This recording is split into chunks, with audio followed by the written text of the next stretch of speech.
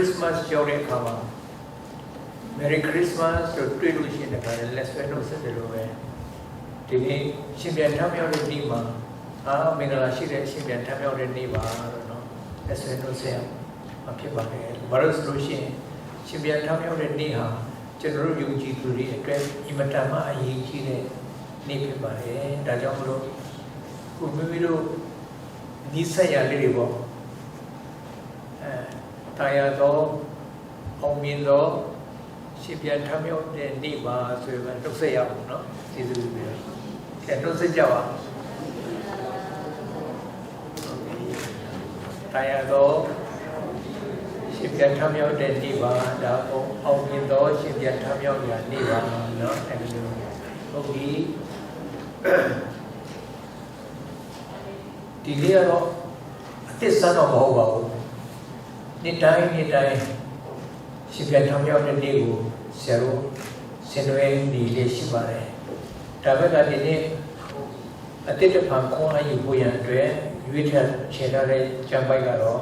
Corinth Over စာပရမဆောင်ခန်းကြီး15အခန်းငယ်3ခန်းခွဲနဲ့4ဖြစ်ပါတယ်ကျွန်တော်တို့အတူတူကခက်ကြည်ကြည်လေးရွတ်ဆိုရအောင်နော်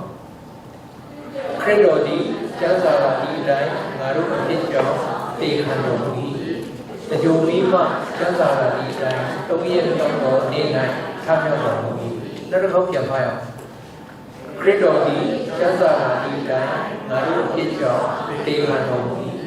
တကြိုပြီးမှကျမ်းစာပါဒီအတိုင်း3ရက်မြောက်သောနေ့၌ထမြောက်တော်မူ၏ကျမ်းစာတအုပ်လုံးကိုတတိမရနိုင်မမှတ်မိနိုင်လည်းနေပါစေဒီကျမ်းပိုက်ကိုမှတ်မိနိုင်တယ်ဆိုရင်ဒါကိတင်ချင်းပဲဘုရားသခင်ကကိုယ်ဘယ်လောက်ချစ်တယ်လဲကိုယ်အတွက်ဘယ်လောက်သိခံတယ်လဲကိုယ်ရဲ့ဘုရားသခင်ကအသက်ရှင်တဲ့ဘုရားသခင်ဖြစ်တော်မူတယ်ဆိုတာဒီကျမ်းချက်ကအချုပ်ဒါကြောင့်တော့ဒီမှာရှိတဲ့အတင်းတို့တင်သားတွေကိုမိမိအသက်တာမှာဒါအလွတ်ဘိုင်ဟာအေးရထားတဲ့အချိန်ပဲဖြစ်ဖြစ်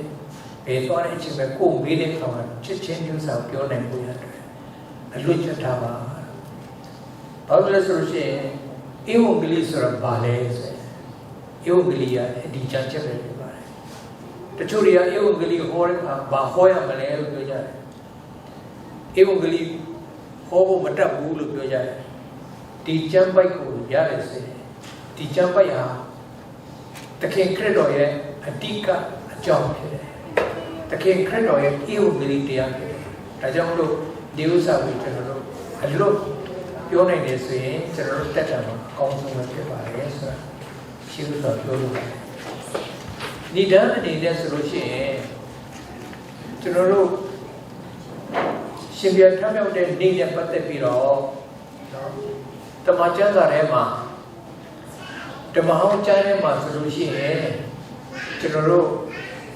ဘုရားသခင်က6ရက်အလွတ်လုပ်တယ်တရက်နားတယ်အဲ့ဒီဘုရားသခင်နားတဲ့နေ့ကိုစဘတ်လို့ခေါ်တယ်တရမဥပုံလို့လည်းပြောကြတယ်ဒါကြောင့်မလို့တရမဥပုံနေ့အတိတ်တော်ဆိုမှစဘတ်ခရိယန်ကြီးရှိပါတယ်နော်ဒါကတမန်ကျမ်းစာထဲမှာအတိလင်းကျွန်တော်တို့လိုက်လျှောက်ရမယ်အမတမမြင့်မြတ်တဲ့နေ့ဖြစ်တယ်ဓမ္မဟောင်းကျမ်းထဲမှာကျွန်တော်တို့ဖတ်တဲ့အခါမှန်ပါတယ်စပတ်ဟာစနေနေ့ကြပါတယ်ဒါပေမဲ့ကျွန်တော်တို့ခုဘာလို့ခရိယန်တွေကတနင်္ဂနွေနေ့မှာရရှိဖို့တယ်လဲတနင်္ဂနွေနေ့ကဘာလို့ရုံးပိတ်ရဖြစ်တာလဲဆိုတာတချို့တွေကသိချင်မှသိမယ်နော်တချို့သိပြီးသားလည်းဖြစ်တယ်ဆရာတစ်ခေါက်လည်းဟောပြီးပါဒါကြောင့်ဒီနေ့ရှင်ပြန်ထမြောက်တဲ့တနင်္ဂနွေနေ့ကျွန်တော်တို့သမိုင်းကိုပြန်ဖတ်ကြည့်မယ်ဆိုရင်မတ်လ9ရက်321ပရမယာစုပေါ့နော်ယာစုမှာပထမဦးဆုံးခရိယန်အင်ပါယာဘုရင် Constantine ပထမ the first Constantine သူခေတ်မှာတနင်္ဂနွေနေ့ကိုရုံးပိတ်ရက်လို့သတ်မှတ်ပြီးတော့အဲ့ဒီဘုရင်လက်ထက်ကနေစပြီးတော့ကျွန်တော်တို့စနေနေ့ကနေပြီးတော့စနေနေ့ကိုခရိယန်က ကိုပြုလာတာဖြစ်ပါတယ်ရုံမအင်ပါယာနော်ကျွန်တော်တို့တနင်္ဂနွေနေ့ကိုရုံးပိတ်ရဲ့အနေနဲ့မတတ်မှတ်တဲ့တခြားဘာသာဝင်တခြားနိုင်ငံတွေရှိပါတယ်တချို့တကဘာလုံးအပြည့်စုံကတော့ဟိုတနင်္ဂနွေနေ့ရုံးပိတ်ရဲ့သုံးတဲ့လူကခက်များပါဒါပေမဲ့အနေစုကတော့မသုံးကြသေးပါဘူးနော်သူတို့ရဲ့အယူဝါဒအရာကျွန်တော်တို့ယုံကြည်သူတွေကတော့တနင်္ဂနွေနေ့ဟာရုံးပိတ်ရဲ့ဆိုတော့အဲ့ဒီနေ့မှာပဲကျွန်တော်တို့ကိုပြုစုဝေးလုပ်ပါတယ်ကျွန်တော်တို့စနေနေ့ကိုဥပုံနေ့အစားတနင်္ဂနွေနေ့ဥလိုနေ့ပြောင်းလာပါတယ်ဘာလို့ပြောင်းလာတာလဲဆိုလို့ရှိရင်အနှစ်သာရကတနင်္ဂနွေနေ့ဟာတခင်ခရစ်တော်တည်ခြင်းကလည်းရှင်ပြန်ထမြောက်တဲ့နေ့ဖြစ်တယ်ဒါကြောင့်မလို့တခင်ခရစ်တော်ကတည်ခြင်းတရားနဲ့အပြစ်တရားကိုအောင်နိုင်တဲ့နေ့အောင်မြင်တဲ့နေ့ဖြစ်တဲ့အတွက်ကြောင့်မလို့ကျွန်တော်တို့အသက်တာမှာအင်မတန်မှအရေးကြီးတဲ့အရာဖြစ်တဲ့အတွက်ကြောင့်ဒါကိုမမေ့ဖို့ရအတွက်ကျွန်တော်တို့တနင်္ဂနွေနေ့ကိုဘုပြုစုပြီးပြုလုပ်ရခြင်းဖြစ်တယ်ဆိုတာပြောပြချင်ပါတယ်နောက်တစ်ချက်ကတော့ဘာလဲဆိုလို့ရှိရင်ဒီကျွန်တော်တို့အသက်တာမှာပေါ့နော်ခရစ်တော်ရှင်ပြန်ထမြောက်ခြင်းအကြောင်းဂျိုတင်ပရောဖက်ပြုထားချက်များပြည့်စုံခြင်းဒီရှင်ပြန်ထမြောက်တဲ့နေ့ဘာလို့အရေးကြီးတယ်လဲလို့ပြောလို့ရှိရင်ရှင်ပြန်ထမြောက်ခြင်းနဲ့ပတ်သက်တဲ့အတိအကျစကားလုံးတော့ဟိုဓမ္မအောင်ကျမ်းထဲမှာမတွေ့ရပါဘူးဒါပေမဲ့ဒီရှင်ပြန်ထမြောက်ခြင်းသဘောကိုပေါ်ပြတာကိုကျွန်တော်တို့တွေ့ရှိရတယ်အများကြီးပါပဲဒါပေမဲ့အဲ့ဒီထဲကနေတော့နှစ်ခုကိုဒီမှာရှိတဲ့တင်းတို့တင်းသားတွေကလေ့လာနိုင်ဖို့ရအတွက်ကျွန်တော်ရွေးချယ်ထားတယ်တစ်ခုကတော့ယေဇကျေလအနာဂတိကျမ်းခန်းကြီး39တစ်ကနဲ့စလေးကိုဖတ်မယ်ဆိုရင်ယေဇကျေလကိုဘုရားသခင်ကပေါ်ပြဘယ်မှာပေါ်ပြလို့ဆိုရင်သူကဂျက်ဝတ်ထဲမှာအယိုးပုံတွေအများကြီးတွေ့အယိုးပုံတွေအများကြီးတွေ့ပြီးတော့ဒီဥစ္စာတွေကအသက်ရှင်နိုင်ကြလားလို့မေးတယ်မေးတဲ့အခါမှာပြောပါပြောလဲဆိုတော့ကိုရောတိပါတယ်လို့ပြောတယ်ကဲဒါဆိုလို့ရှိရင်သူတို့ကိုဟောစားအခုမလဲအသက်မှုတ်သွင်းပါလို့ပြောလိုက်တဲ့အခါမှာသူတို့ကိုမှုတ်သွင်းလိုက်တဲ့အခါမှာသူတို့ကတဖြည်းဖြည်းနဲ့အဲ့ဒီအယိုးတွေကအသားပြီးပြီးတော့မှနော်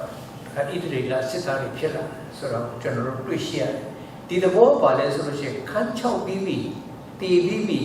အယုဖြစ်ပြီးပြီဒါပေမဲ့အဲ့ဒီဟာကိုဘုရားသခင်ရဲ့ဝိညာဉ်တော်မှုသွင်းလိုက်တဲ့အခါမှာအသားတွေပြည့်ပြီးတော့မှအသက်ရှင်လာတယ်ဆိုတော့ဒါရှင်ပြထမ်းမှုခြင်းသဘောတရားကိုပေါ်ပြတဲ့အရာဆိုတော့ကျွန်တော်တို့တွေ့ရှိရပါတယ်ဒီလိုပဲတိုင်ရီလာနဲ့ဒီသဘောတရားပဲဖြစ်ပါတယ်နော်တိုင်ရီလာအခန်းကြီး7နဲ့1ကနေ4ကိုဖတ်မယ်ဆိုရင်တွေ့ရတယ်နောက်တစ်ခါသခင်ခရစ်တော်ကိုယ်တိုင်နော်သူဒီအတေတချင်းမခံပြီးမှသူ့ရဲ့တပည့်တော်တွေနဲ့သူ3နှစ်သူသွားလာတဲ့အချိန်ခါမှာသူကိုယ်တိုင်ပြောတဲ့စကားဖြစ်တဲ့26ရှင်မတဲ့အခန်းကြီး26ခန်းငယ်30နဲ့ဘာပြောရလဲဆိုလို့ရှိရင်လူသားဟာတဲ့နော်ဖတ်ချိုးခြင်းခံပြီးတော့မှကားရိုက်ပေါ်မှာအတေတချင်းခံမယ်3ရက်မြောက်မှာသူကရှင်ပြန်ထမြောက်မယ်ဆိုတာကိုသူကအတိလင်းသူပြောခဲ့တယ်ပြီးတော့တနေရာမှာဆိုရင်ခရစ်တော်ကပြောလဲဆိုရင်သူဟာဟောတဲ့ကားရိုက်ပေါ်မှာအတေတချင်းခံမယ်နောက်က3ရက်မြောက်မှာပြန်ပြီးတော့ရှင်ပြန်ထမြောက်မယ်တကယ်လို့သူတကယ်ရှင်ပြန်ထမြောက်တဲ့အခါမှာသူ့ကိုတရိယာဖို့သူ့ကိုယုံကြည်ဖို့သူခုကလေးကပြောထားတယ်ဆိုတာလည်းပဲအတိလင်းသူရဲ့တပည့်တော်များကိုပြောထားတာဖြစ်တဲ့အတွက်ကြောင့်ဒီ Easter Sunday ပေါ့နော်ဒီတနင်္ဂနွေနေ့မှာဒီ Friday Good Friday မှာသူကဆိုလို့ရှိရင်ကားရိုက်ပေါ်မှာအသက်ခံရတယ်ပြီးတော့မှတွင်းထဲမှာသူ့ရဲ့တင်ချိုင်းကိုလှုပ်ထားတယ်3ရက်မြောက်မှာစနေမှာမနေ့စောစောမှာပြန်ပြီးတော့ရှင်ပြန်ထမြောက်လာတဲ့အခါမှာသူ့နောက်မှာလိုက်နေတဲ့တပည့်တော်တွေကတန်တရားရှိတယ်ဇဝေဇဝါဖြစ်တယ်သခင်ခရစ်တော်ကိုယ်တိုင်တေချာမှားထားတာနော်သူရှင်ပြန်ထပ်ပြီးတဲ့အခါမင်းတို့တရိယာဖို့အတွက်ငါပြောတယ်လို့ပြောထားပြီးသားဖြစ်နေတာနဲ့အဲ့ဒီနေရောက်တာတဲ့အခါမှာ tu lâu nay thì dòng cha thì mới lấy luôn tin giấy mà tôi chỉ là mà cái thế là Mari này tất cả Mari luôn ở quê đi công lý ông về phía này nó từ đó cái này ấy cái cái đó miêu tả đấy tin giấy mà tôi chỉ để khám mà lấy về từ đó ngã lụi xin tham gia mẹ tôi ngã lụi biểu ra đấy nó cái đó giống tôi rồi lúc xây ao tôi rồi chim mồi ao từ đó cái này chỉ rồi chim mồi mẹ ấy được bốc ra đấy tôi làm mà hông mà hông mà là tu xin bia mà tham gia mà là suret tập bồ để về tôi chỉ làm đó đó là sự đó ấy mà gì thay sự cái lông để chỉ để khám mà từ đó quỳ mình mò đấy tao cũng nói ô đấy ấy sự cái này chỉ thay là tùy à tại sao tôi chỉ để khám mà tôi chụp cái mấy nó có cái nào mà từ đó tùy để cái phiêu số này là nó không nên trâu pan này đó ấy tôi mà có xong để xích ra để xí để xích ra để ta khai cái đồ ấy đi có nghe này cái mà trầm mình đi có nghe trầm mình giao lại không ấy dám trùng lúc chạy nó ấy đi biểu diễn như này từ lúc tùy là trùng lúc đó là sau đó đi có nghe trầm mà bà biểu này miễn đâu thực hiện cái đồ là chỉ để một là tí ati kau sih ni ama baru kerja orang Cina. Di ni ama masih tu masih oh kan ni dia kau ni, maksudnya lo kau ni dah mana terus Ethiopia ni kama. Kan tu lah, orang yang suah, orang suah ni kan yang wajah ni. Di ni ama sebab yo Cina ni seluruhnya. Di sini yang kami yang ni ha baru ini je le seluruh. Tak kena kerja orang tu mesti kema. Tuပြောခဲ့တဲ့စကားတွေအားလုံးဟာရှင်ပြန်ထမြောက်တဲ့နေ့မှာမရှင်ပြန်မထမြောက်ဘူးဆိုရင်ခရစ်တော်ကလူလိမ့်မယ်ဟာ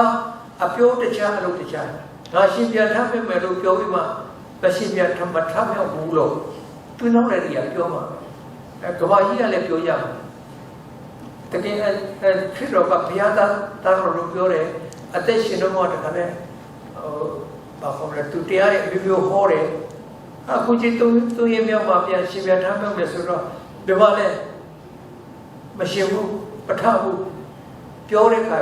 ကျွန်တော်တို့ဘယ်လိုလုပ်ယူရတော့လဲအဲ့ဒါကြောင့်လို့ရှင်ပြန်ထားမြောက်ခြင်းမရှိဘူးဆိုရင်ခရိယာဆိုတော့မရှိဘူးရှင်ပြန်ထားမြောက်ခြင်းရှိတဲ့အတွက်ကြောင့်ခရိယာဆိုတော့ယုံကြည်သူရှိတယ်ဒါကြောင့်မို့ကျွန်တော်တို့ရဲ့အသက်တာမှာရှင်ပြန်ထားမြောက်တဲ့ခရစ်တော်ကိုယုံကြည်ပြီးတော့အသက်တာမှာပိုင်ဆိုင်ထားခြင်းပိုင်ဆိုးခြင်းမရှိဘူးဆိုရင်အဲ့ဒီလူရဲ့အသက်တာခရိယာမဟုတ်ဘူး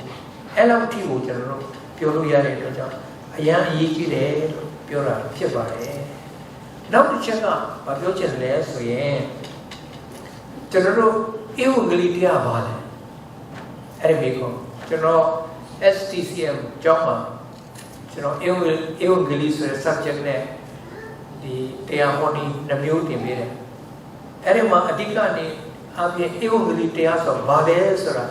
မေးကြတယ်ပေါ့နော်မေးကြတဲ့အခါမှာဧဝံဂေလိတရားဆိုတာဘာလဲဆိုတော့အမျိုးမျိုးပြောကြတယ်ဒါပေမဲ့ဧဝံဂေလိတရားရဲ့အချုပ်ကဘာလဲဆိုခရစ်တော်ပဲအဲ့ခရစ်တော်ဘာလဲခရစ်တော်ကကျွန်တော်တို့အပြစ်ကိုကယ်တင်ဖို့ရတဲ့ကားရိုက်ပေါ်မှာအသေးခံတဲ့ဘုရားသားဖြစ်တယ်အသေးခံတာနဲ့သူမပြီးတော့ဘူးသူကဆိုလို့ရှိရင်အသက်ရှင်တဲ့ဘုရားသခင်ဖြစ်တော်မူတဲ့အတွက်ကြောင့်၃ရက်မြောက်မှာတေမင်းကသူ့ကိုမချုပ်ထားနိုင်ဘူးတေချင်းကိုအောင်မြင်ပြီးတော့ရှင်ပြန်ထားလို့တဲ့အသက်ရှင်တဲ့ဘုရားသခင်ဖြစ်တယ်မနေ့ယနေ့တော့ကာလဘုရားသခင်ဖြစ်တယ်ဆိုတာဟာအဲ့ဒါဟာဧဝံဂေလိတရားပဲဒါကြောင့်မို့ကျွန်တော်တို့တခင်ခရစ်တော်ကိုယုံကြည်တဲ့လူရှင်ပြန်ထားတော့ခြင်းကိုစင်တဲ့လူဒီအနေနဲ့ဧဝံဂေလိတရားမဟောတတ်ဘူးဆိုရင်အဲ့ဒါကမဟုတ်ဘူးဧဝံဂေလိတရားဆိုအဲ့ဒါပဲဧဝံဂေလိတရားကျွန်တော်တို့ဘာဟောရမလဲတခင်ခရစ်တော်ဟာမင်းအတွက်ငါအတွက်ကားရိုက်ပေါ်မှာအသေးခံတယ်ငါတို့လူစုလူမိုက်အတွက်ကားရိုက်ပေါ်မှာအသေးခံတဲ့လူမရှိဘူးတော့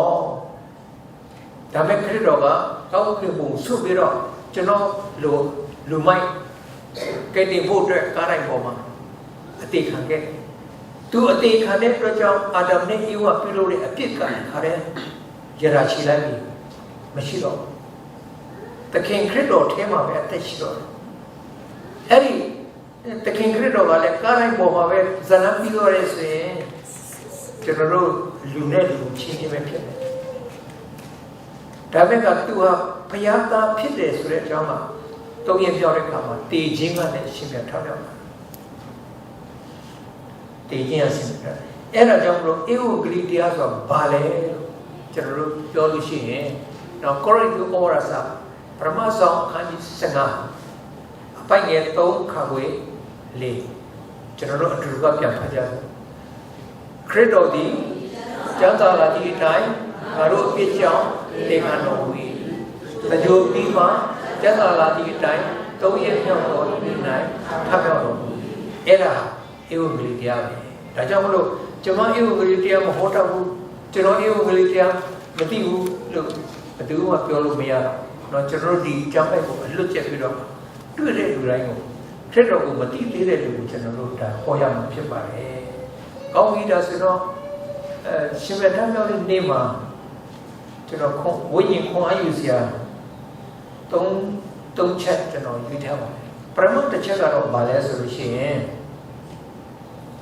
Simbian Tamil Chindi, Korean at that time, Atika, Chechapi. General at that time, Simbian Tamil Chim, Mashibu say, Korean Mashibu, Korean Bana Mashibu. Simbian Tamil Chim, Shire Rajam, General Korean Bana, Shia. Kajamo General at that time, Simbian Tamil Chim, Atika, Long Road, General Piovias. Anyone, General Credo, Piovias, and the Kong. Era general dignity, low, Milumia, Korean at that time, General Adika Hayame, a check it, Rajam General Dusa, which is a promoted checker of Balasi. Shioma Kanji set it a kang in the second. Credoga, Madi, Tamyo Chin a job, a teshin chin a job P. Magu Yukido to the Taylor Dole, a teshin. Nabu Yukido to the Taylor Dole, a teshin. Era a young age at Yapin. The Achitong General Credo, Yugia Rapid.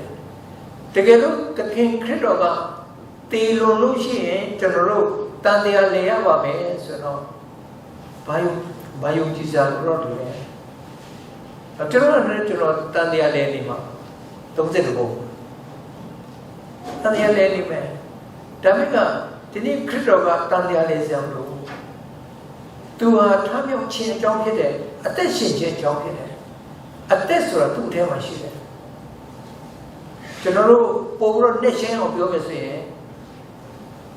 The king Credoha, a tap here, Pianca, Camilo, a tap here, Tashino window, a tap here. I don't want to do Genovo, Panzina here. The young Pianca moved to an attendant attention on every Era Piago, General Credo, teach on you, Chile Rojo, Genoa, Beroma Mati, General Beroma Tandiam Leo.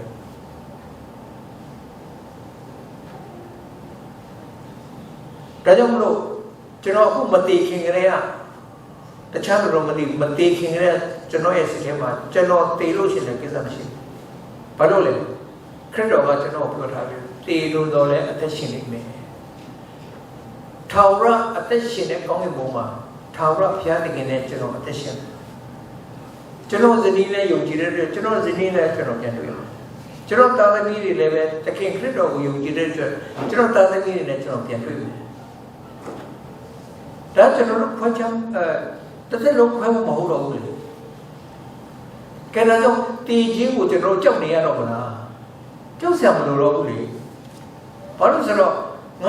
attention jump with a tamil change on it. Now you Jirelua, take your attention everything. Tana Pini, now you teach and Matea piece of money. That's your Dehane, general attention. Then they attack on a certain job. Damage teaching would be in Siam. Damage long one you teach a general pension.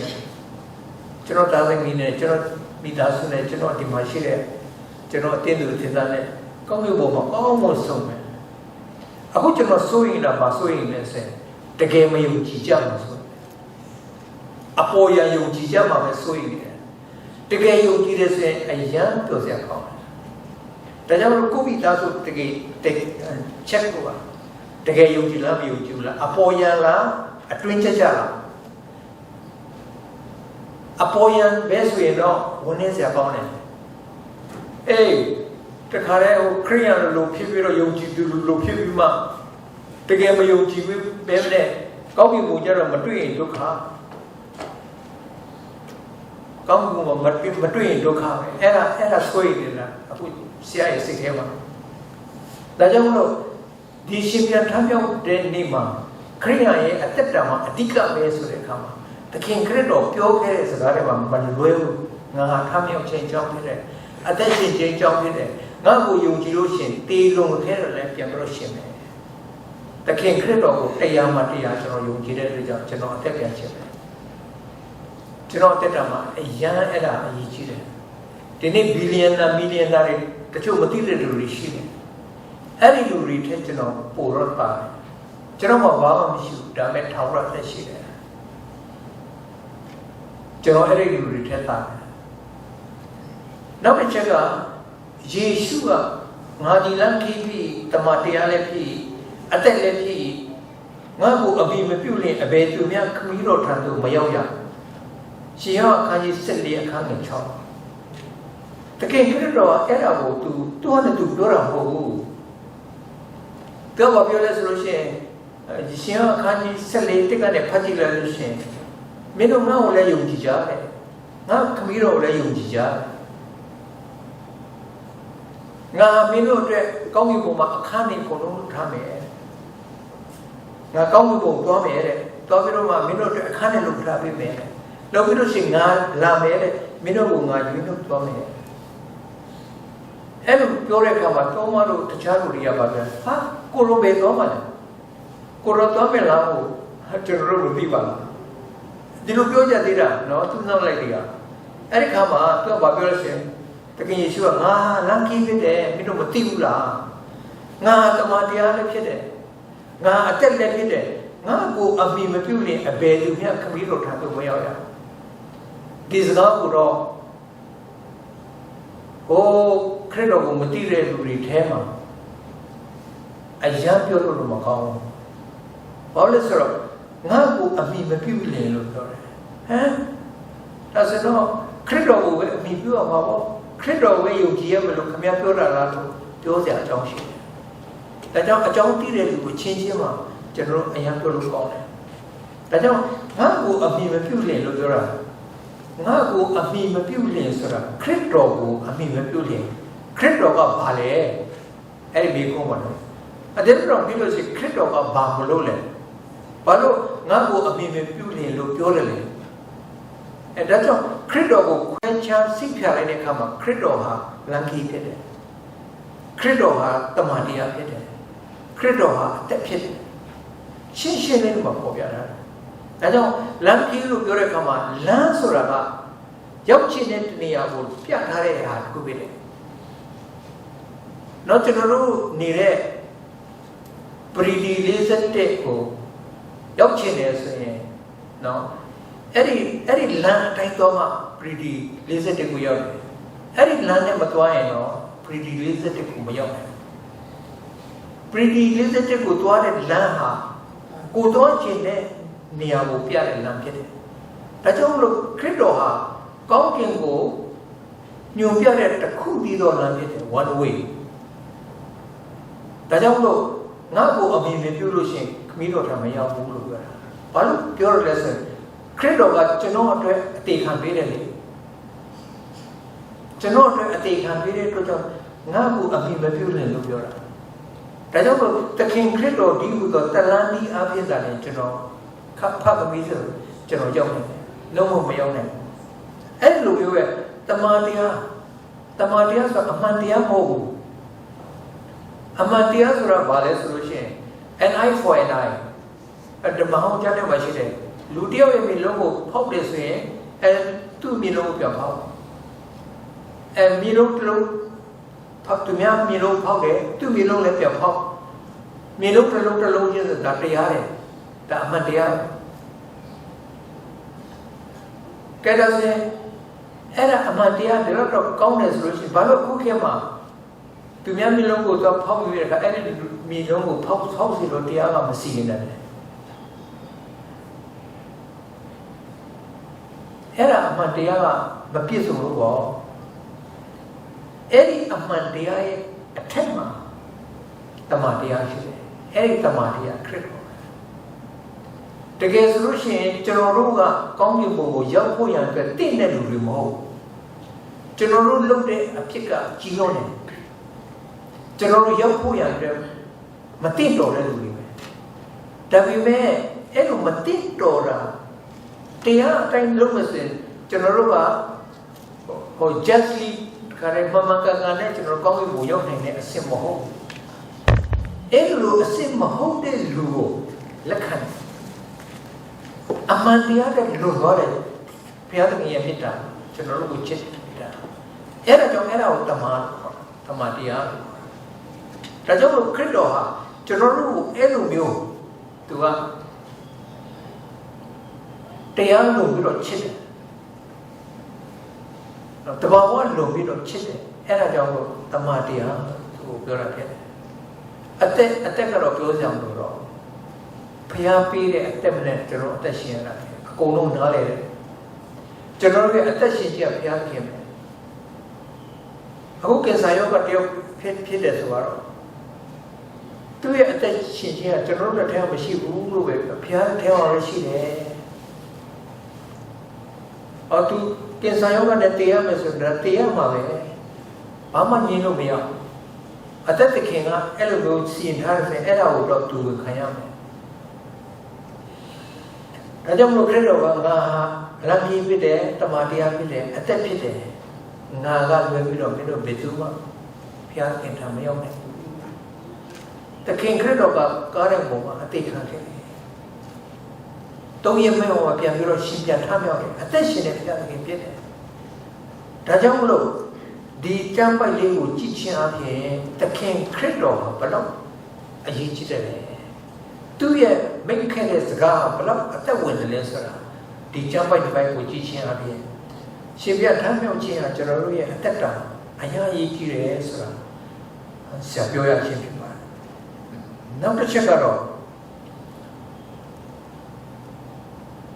ခရစ်ဝင်ကျမ်းမှာတပည့်တော်များရဲ့လှုပ်ရှားမှုတက်ဝင်လှုပ်ရှားမှုသိမတွေ့ရဘူး။ရှင်ပြန်ထမ်းမြောက်တဲ့နောက်ပိုင်းမှာသာတွေ့ရတယ်။အဲ့ဒါရှင်မဿဲရှင်မာကုရှင်လုကာနောက်တစ်ခါရှင်ယောဟန်အဲ့ဒီခရစ်ဝင်ကျမ်း၄ကျမ်းကိုဖတ်တဲ့အခါမှာနောက်လိုက်တပည့်တော်တွေရဲ့လှုပ်ရှားမှုတက်ဝင်လှုပ်ရှားမှုတွေတိတ်ပြီးတော့မဆုံးဘူး။နတ်ဆိုးတွေကိုလည်းပဲမမောင်းထုတ်နိုင်ဘူး။ယုံကြည်ခြင်းအားနည်းတယ်။ဆုတောင်းခြင်းအားနည်းတယ်။နောက်ဆုံးသူတို့ရဲ့အရှင်သခင်ခရစ်တော်ကိုလည်းသစ္စာဖောက်တယ်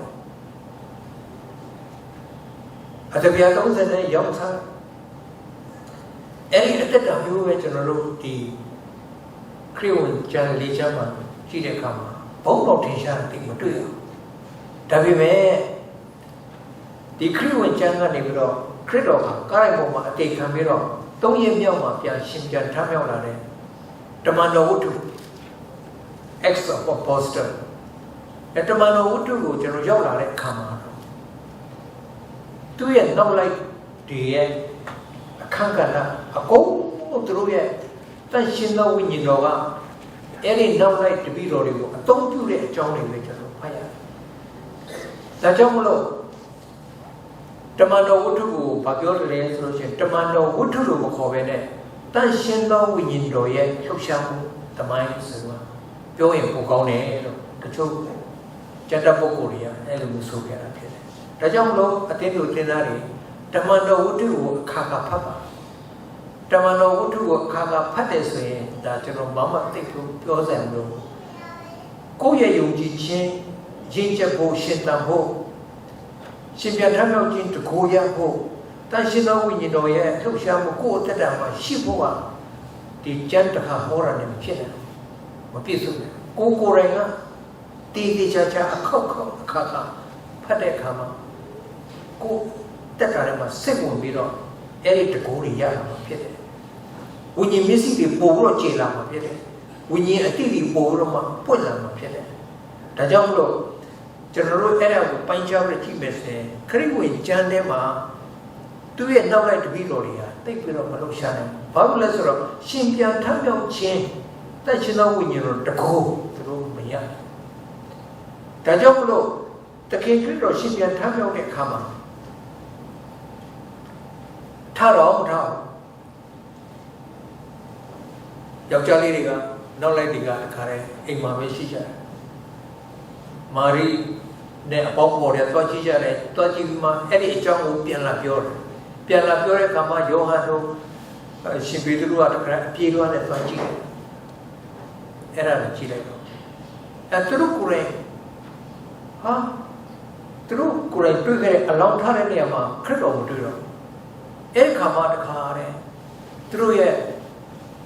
ဇဝေဇဝါဖြစ်မှုတွေဟာတကယ်အရှင်ပြန်ထမ်းမြောက်ပြီပဲဟာတကယ်ပဲသူပြောတဲ့အတိုင်းတကယ်ထမ်းမြောက်တဲ့အရှင်ပဲဘုရားသားပဲဆိုအဲ့ဒီမှာယုံကြည်ခြင်းကစတင်လာတာတွေ့ရပါတယ်ဒါကြောင့်မလို့ကျွန်တော်တို့ရှင်ပြန်ထမ်းမြောက်ခြင်းတကူကိုတခင်ခရစ်တော်ရှင်ပြန်ထမ်းမြောက်တဲ့အချိန်ခါမှာပဲတောင်းမြင်ပြီးတော့တခင်ခရစ်တော်ကိုတွေ့တဲ့အခါမှာပဲတကယ်ပဲယုံကြည်လာကြတာဖြစ်တယ်နော်ဒါကြောင့်မလို့ကျွန်တော်တို့ဒီခရစ်ဝင်ကျမ်းတဲ့တမန်တော်ဝတ္ထုကိုကျွန်တော်ရှင်းလိုက်တဲ့အခါမှာတမန်တော်ဝတ္ထုမှာတမန်တော်ရဲ့လှုပ်ရှားမှုဟာတန်ရှင်းသောဝိညာဉ်တော်ရှင်ပြန်ထမ်းမြောက်ခြင်းရဲ့တကောကြောင့်မလို့ဖြစ်လာတယ်ဆိုတာကျွန်တော်တို့ပြောလို့ရပါတယ်နောက်ပြီးမှတမန်တော်ဝတ္ထုကိုကျွန်တော်တို့ပြန်ပြီးတော့လေ့လာတဲ့အခါမှာမြင်မြန်ဆဆမပြောပါဘူးเนาะတခုဒီပေတရုရဲ့တက်တော်ရှိတဲ့အခါမှာသခင်ကိုစွန့်ပြစ်ရမှာသခင်အတွက်ရဲရင်စွာတက်တေခံလာတာကိုတွေ့ရတယ်တမန်တော်ခန်းကြီး9:29ပါသခင်ခရစ်တော်ကရှင်ပြန်ထမြောက်ပြီးတော့ပြန်သွားတဲ့အခါမှာမင်းတို့ယေရုရှလင်မြို့ကနေပဲထွက်မသွားကြနဲ့ဟုတ်ခဏဆောင်နေအောင်မင်းတို့အစင်မှာတန်ရှင်သောဝိညာဉ်တော်တကောဆင်းသက်လာမယ်အဲ့တကောကိုရပြီးမှမင်းတို့ယေရုရှလင်မြို့ကနေပြီးတော့ရှမာရိအဲ့ဒါကနေပြီးတော့ကဘာဆိုးတိုင်အောင်ငါရဲ့တက်တည်ဖြစ်ကြလိမ့်မယ်လို့ပြောတယ်အဲ့တပည့်တော်တွေကလည်းပဲအဲ့ဒါအထက်ခန်းနဲ့ငတ်နေပြီးတော့နေတဲ့အခါမှာအထက်ခန်းမှာတန်ရှင်သောဝိညာဉ်တော်ဆင်းသက်ပြီးတော့သူတို့အဲ့ဒါကို experience ရလာတဲ့အခါမှာအဲ့ဒီမှာတန်ရှင်သောဝိညာဉ်တော်တကိုးတွေသူကရလာတာကျွန်တော်တို့တွေ့ရှိရတယ်ဆိုတာဒုတိယအချက်အနေနဲ့ပြောချင်တယ်ဒါကြောင့်မို့ဒီမှာပြောချင်တဲ့သဘောကတခင်ခရစ်တော်ကိုယုံကြည်ယုံနဲ့မရတခင်ခရစ်တော်ကိုအတိနဲ့ကျွန်တော်ယုံကြည်ထားတယ်မရကျွန်တော်တို့အသက်တာမှာ experiencing God ဆိုတာတခင်ခရစ်တော်ကိုယ်တိုင်ကိုကြတိထားရအဲတခင်ခရစ်တော်ကိုရယူထားရတယ်အဲ့ဒီတခင်ခရစ်တော်ရယူထားတဲ့အခါမှာကိုယ့်ရဲ့တက်တာမှာရှင်ပြန်ထမ်းမြောက်ခြင်းတကူတွေရရှိလာတယ်ယနေ့ကျွန်တော်တို့ဆုတောင်းတဲ့အခါမှာဖျားလာတဲ့လူမပြောက်နှဆိုးဆွဲတဲ့လူကျွန်တော်မနေတော့နိုင်ရှိကောင်းရှိမယ်အဲ့ဒါဘာလို့လဲတခင်ခရစ်တော်ကိုဦးနှောင်းတယ်ပဲဒီကျွန်တော်တို့တက်တာထဲမှာတခင်ခရစ်တော်အသက်မရှိကျွန်တော်တို့အသက်ရှင်ခြင်းဟာတန်ရှင်သောဝိညာဉ်တော်ရဲ့ဥဆောင်မှုနဲ့အသက်ရှင်ခြင်းမဟုတ်တော့ကိုယ့်ဟာနဲ့ကိုယ်ပဲအသက်ရှင်တယ်ခရစ်တော်ကတော့ဦးနှောင်းထဲမှာထည့်တာအဲ့ဒါနဲ့မရဒါကျွန်တော်တို့အသက်တာရှင်ပြန်ထမ်းမြောက်ခြင်းတကူကိုတကယ်ပိုင်ဆိုင်တဲ့လူဖြစ်မယ်ဆိုတာပြောပြချင်ပါတယ်ဒီမှာလူငယ်တွေဆလာပပလေးတွေပါနုနုငယ်ငယ်လေးတွေပါကဲတော့တက်တာမှာခရစ်တော်ကိုအပေါ်ယံပဲယုံကြည်တယ်ဘုန်းတော်ထဲမှာပဲရှိတယ်ဆိုရင်ဘာမှဖြစ်မလာဘူးကဲဖြစ်မလာအစရအဲ့ဒါတေချာပြောပါတယ်ဒါပေမဲ့ခမရတဲ့တက်တာမှာအခုငယ်ရွယ်တဲ့အသက်20ကျော်30ဝန်းကျင်မှာခရစ်တော်ခါရဲရှင်ဘတ်ထားမှကျတူရထားတဲ့ဆိုရင်နောက်ထပ်အသက်30နောက်ထပ်အသက်40ဘုရားသခင်နဲ့အတူဘုန်းတော်ထင်ရှားတဲ့အသက်တာနဲ့ဆက်ရှင်တိထက်ပိုလို့မှ lúc xia đi âm nhái lúc này cả ba chùa có mình phía bên kia là tôi biết được từ Mỹ đi hết rồi mình nói status cô ấy nhận đi chưa ai dám nhận rồi cô ấy âm nhái này mình chịu không cái trong lúc lúc này ai biết ra Saramana âm nhớ biểu bổ ra sẽ rồi phía xin này này ai em mà cô đã khai ra chân chân khám rồi xin biết rằng tôi chỉ cố của nhà thà để xử lý bổ rồi thêm đó mà tôi chơi này nè sẽ vào biểu trình này sẽ tất cả các chuyện thì cho nó chỉ sẽ rồi tiền nào mà này về training rồi đi mà trial sẽ là sao rồi tôi muốn tất cả các chuyện lúc cô nhận được sẽ mà bỏ ra vậy nó đâu có cái gì đâu mà cho nó chính trị đi phía dưới, một sĩ đi phía dưới, trial cho nó tất cả các chuyện sai nhau, tất cả các chuyện xí mà, bây giờ tất cả là những chuyện là nó đã trong lúc tất cả các chuyện xí là gì cho nó biến thành mà này yêu người vậy, lúc đấy làm mà này bố đâu mà, nó sẽ tất ổn lại, nó đã trong lúc đầu rồi à, cái cái chuyện nó cái video này tất cả các chuyện cho nó tổng nhau cho nó vui thay. Hari terus etc. Cia, perempuan juga ada bahasa toma. Toma lah, tapi kita kalau simpan kami orang simpan tu mesti, tu malai kau tu mesti. Ada tu tengah sini hey, tapi kita kalau tu pure dah, tapi simpan kami orang ini toma, tidak pure kan. Ngaku orang mati, ngaku orang mati, dah jauh ngamiu, ngaku orang tu yang leyari, tu yang ciari, kaji wang ngalu melu, toma melu. Siapa sahaja mah tu jauh pada kamu, toma rotekai luwe, nenek piti cina tu luwe. Tapi yang senar mereka toma mana, tu mah yukti dah sih kita. No, tu ada kare tik papinya, tu sih dia masih, no. Ayah tu anak ayah yang mayu. Dùng lại bây giờ biết dùng này, ấy là thằng bố ra tôi mà xin này, đã cho ông rồi, tôi em mớiပြောđấy phải chưa? Ta kinh cái đó tôi xin là lòng tin, ôi giờ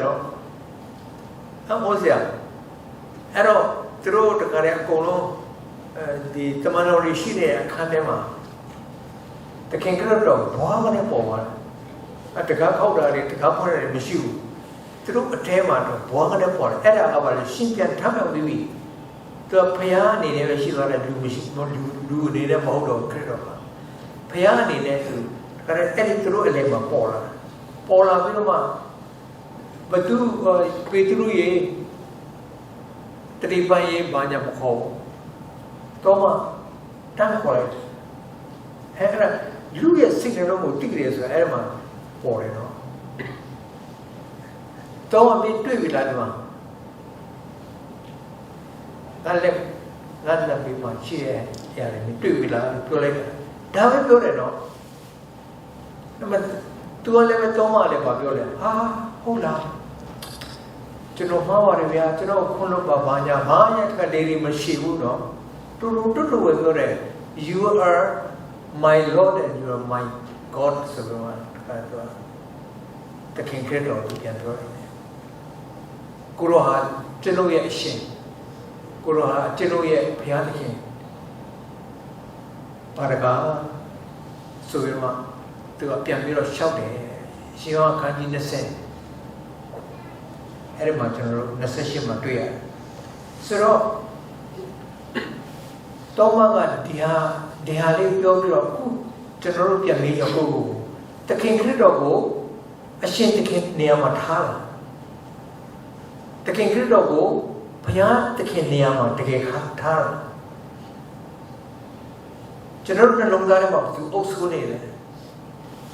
era ayah hiji le no,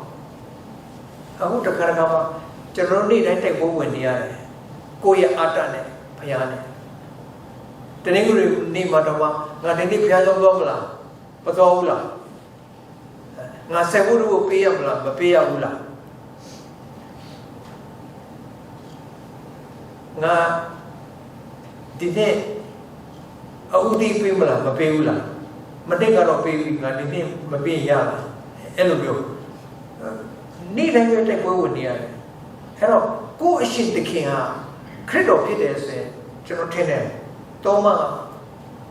ကျွန်တော်ရဲ့အရှင်ကျွန်တော်ရဲ့ဘုရားသခင်လို့ပြောတဲ့အခါမှာသူခရစ်တော်နဲ့ပတ်သက်ရင်လုံးဝဘာမှမမြင်တော့ဘုရားသခင်နဲ့ပတ်သက်တာဆိုဘုရားသခင်အတွက်ပဲတရားမှတရားပဲကျွန်တော်တို့ကဟိုတန်တရားဆွေးနွေးစရာစဉ်းစားစရာမရှိဘူးတတိအပြည့်အဝရှိရဘာလို့လဲခရစ်တော်ကကျွန်တော်ရဲ့ရှင်ကျွန်တော်ရဲ့သခင်အဲ့တော့ရှင်ပြန်ထမ်းတော်ခြင်းရဲ့အနှစ်သာရထဲမှာခရစ်တော်ကိုအရှင်သခင်နဲ့ကယ်တင်ရှင်အဖြစ်တကယ်ကိုယ်အသက်တာမှာဥထိတ်ထားပြီးတော့အသက်ရှင်ခြင်းဖြစ်တယ်ဆိုတာဒီတောမရဲ့တသိခံခြင်းအဖြစ်ကျွန်တော်တို့တွေ့ရပါတယ်အိန္ဒိယနိုင်ငံမှာသူ့ရဲ့အသက်ဆုံးသည့်တိုင်အောင်ဘုရားသခင်ကဆက်တော့ပေတရုရဲ့အသက်တော်ကြည့်အောင်ပေတရုကရှင်ပြန်ထမ်းတော်ခြင်းမရှိခင်တကယ်ခရစ်တော်မင်းဟာငါ့ကိုကျက်သုံးခံမတွင်ခင်ငါ့ကိုညှင်းပယ်လိမ့်မယ်လို့ပြောတဲ့အခါမဟုတ်ပါဘူးဘာညာနဲ့သူပြောတယ်နော်တကယ်ကျတော့ကျက်သုံးခံမတိုင်ခင်မှာပြောတဲ့ခါလဲညှင်းပယ်ခဲ့တယ်ဆိုတော့ကျွန်တော်အားလုံးသိပါတယ်ဒါကြောင့်မလို့ရှင်ပြန်ထမ်းတော်ခြင်းမရှိခင်မှာပေတရုဟာတရေပေါ်ကြောင်တဲ့အပေါ်ရလူအပြောနဲ့အလုပ်နဲ့မညီတဲ့လူကျွန်တော်တို့ပြောလို့ရတယ်ဒါပေမဲ့ကသူကရှင်ပြန်ထမြောက်တဲ့သခင်ခရစ်တော်ကိုကိုယ်တိုင်တွေ့ပြီးတဲ့အခါမှာတမန်တော်၄အခန်းငယ်၈မှာသူကပြောတယ်ပေတရုနဲ့ယောဟန်တို့ထိုသခင်၏နာမတော်မှတပါးငါတို့ကိုကယ်တင်နိုင်သောနာမတစ်စုံတစ်ခုမျှကောင်းကင်အောက်လူတို့တွေမပေါ်မရှိဘူးပေတရုသည်ထိုသူတို့အားမဆိုဘလောက်တတိရှိတယ်သူခရစ်တော်ကိုတည်ခါတဲ့ကရဲရဲဝံ့ဝံ့ကိုတည်ခါတဲ့အဲ့လိုမျိုးဟောလိုက်လို့ရှိရင်သူ့ကိုဖမ်းမယ်သူ့ကိုထောင်ချမယ်သူသိတယ်ဒါပေမဲ့တခါတော့သူပြောနေတာပဲထိုသခင်၏နာမတော်မှတပါးငါတို့ကိုကယ်တင်နိုင်တဲ့နာမတစ်စုံတစ်ခုမျှကောင်းကင်အောက်ပြည်ကြီးပေါ်မှာဘယ်သူမှမရှိဘူးခရစ်တော်တပါးပဲရှိတယ်ဆိုတော့တတိရှိဖတ်ခြင်းဖတ်တတ်ခြင်းတတ်ဆိုတဲ့အနေနဲ့သူတက်တဲ့ခံရတာကိုကျွန်တော်တွေ့အဲ့ဒါဘာလို့လဲအရင်တော့လည်းပဲအရင်တော့သဘောတရားပေါ်ကြော်တဲ့လူပဲသူဒီလိုဘာလို့တတ်သိရှိတယ်လဲ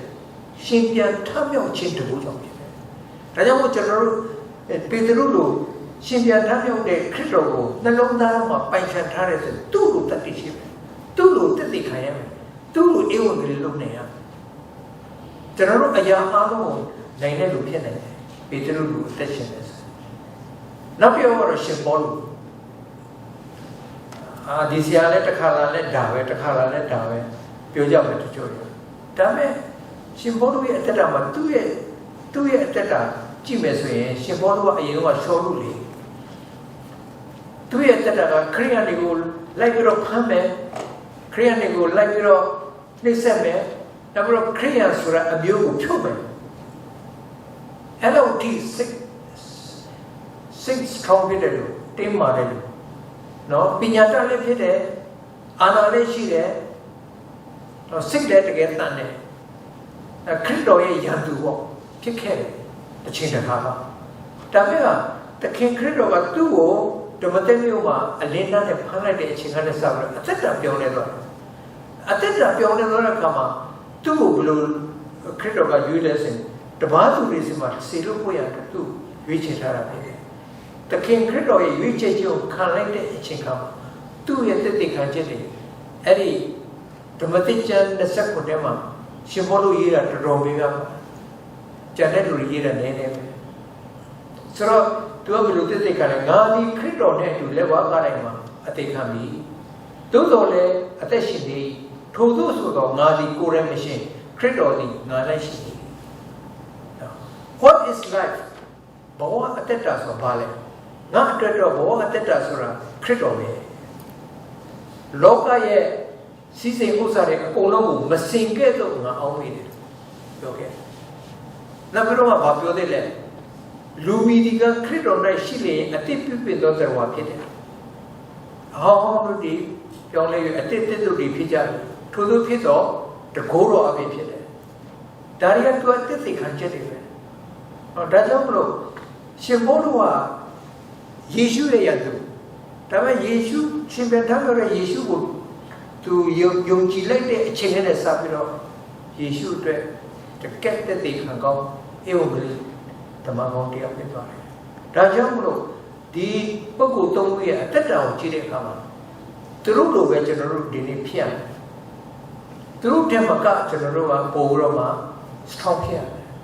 ခရစ်တော်အတွက်ပို့ပြီးတော့အသက်ရှင်ရမယ်ဘာလို့လဲဆိုတော့ကျွန်တော်တို့အဲ့ဒီခေတ်ကတည်းကဒီခေတ်က IT ခေတ်ဖြစ်တယ်ပို့ပြီးတော့လေ့လာလို့ရတယ်ပို့ပြီးတော့သိလို့ရတယ်ပို့ပြီးတော့စက္ကလို့ရတယ်ခေတ်ဖြစ်တယ်ဒါကြောင့်လို့အားလုံးကိုရှင်ပြထမ်းပြောတဲ့တကိုးရပြီးတော့သူတို့ထက်မကဘုရားသခင်အတွက်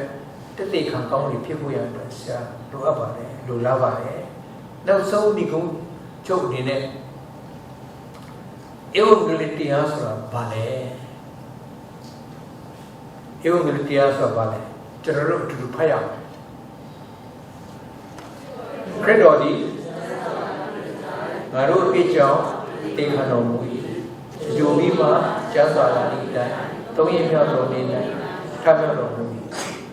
ဒီလုံးမိတ်ပြီးတော့ဖတ်ကြည့်အောင်ခရစ်တော်ဒီ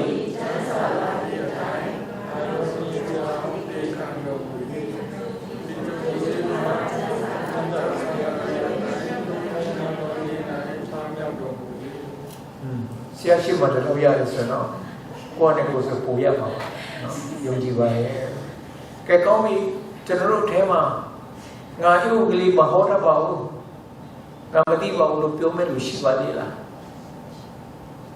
အခုဆရာဟောတဲ့တရားကိုရှင်းတယ်ဆိုလို့ရှိရင်တော့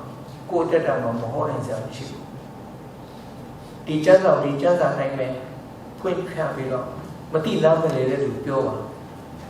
ခင်ဗျားပြောတာကျွန်တော်ပြောတာနဲ့လူတယောက်မပြောလဲပါဘူးဘုရားသခင်ရဲ့စကားပတ်တာလေးသူ့နှလုံးသားကိုထိပြီးပြောင်းလဲမှဖြစ်တယ်ခင်ဗျားနဲ့ကျွန်တော်ရဲ့တာဝန်ကဟောဖို့တည်ခံဖို့တာဝန်ပဲလူတယောက်ပြောင်းလဲဖို့တော့ဘုရားသခင်လက်ထဲမှာရှိတယ်ဒီနေ့ကျွန်တော်တို့တတ်မှကျွန်တော်တို့တော်မှထင်ကြတယ်မဟုတ်ဘူးကျွန်တော်တို့ကခရစ်တော်ပြောတဲ့အတိုင်းအသက်ရှင်ဖို့ပဲလူတယောက်ရဲ့အသက်တာကိုပြောင်းလဲစေတာဘုရားသခင်ပဲဖြစ်တယ်ကဲဒါဆိုရင်တင်းဒီဒီဧဝံဂေလိတရားကိုဘယ်နှဦးထံတည်ခံပြီးပြီလဲတင်းဒီဧဝံဂေလိတရားကိုဘယ်နှဦးထံတည်ခံပြီးပြီလဲတင်းအားဖြင့်ဘယ်နှခုဟာခရစ်တော်ကိုယုံကြည်လာပြီလဲလူကိုယ်တိုင်တည်မခံခဲ့တော်လည်းပဲအလူငွေအပြင်ဘလောက်ပါဝင်ခဲ့ပြီလဲပစ္စည်းအပြင်ဘလောက်ပါဝင်ခဲ့ပြီလဲပစ္စည်းအပြင်မဟုတ်ခဲ့လဲလူတယောက်ကတည်းချင်းရောက်ဖို့ရအတွက်တင်ဘယ်နေရာမှာစက္ကခဲ့ဘူးလဲအစိခံခဲ့ဘူးလဲကိုစမ်းစစ်ကြပါဒီနေ့ကောင်းကင်ဘုံကျွန်တော်ရောက်တဲ့ခါမှာခရစ်တော်က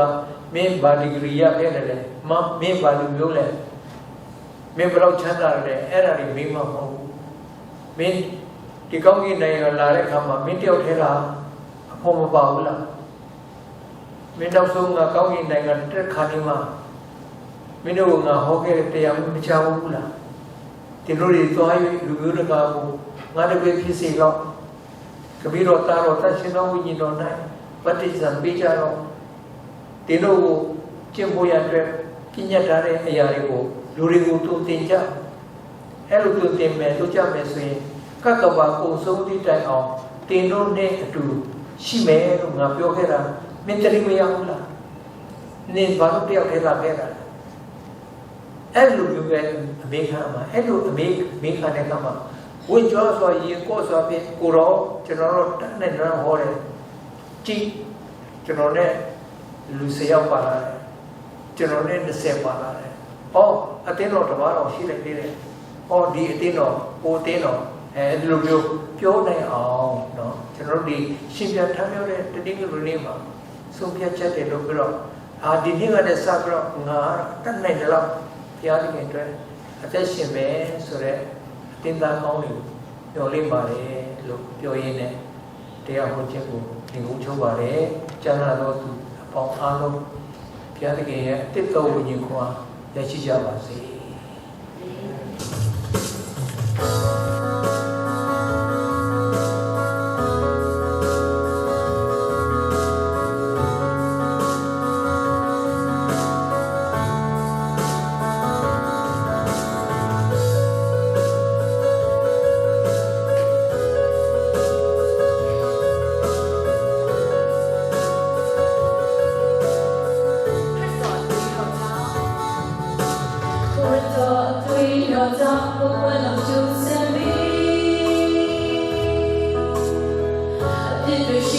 共心中高挑满心，感人这么变得无比比，真情的心呀共同有上大比，的过年的对头，就算到对头，路上看我真来真我真也。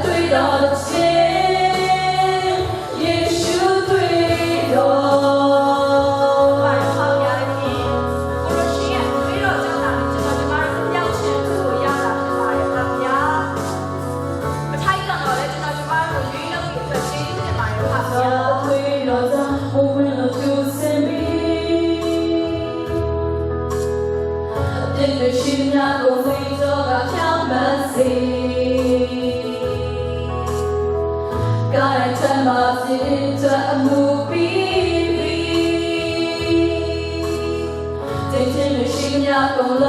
有上大比，过年的对头，就算到对头，路要飘过真来真我真也爱眼睛，对了真的，对了真的偏眼，对了真的靠把心，对了真的路要钱要去买菜米。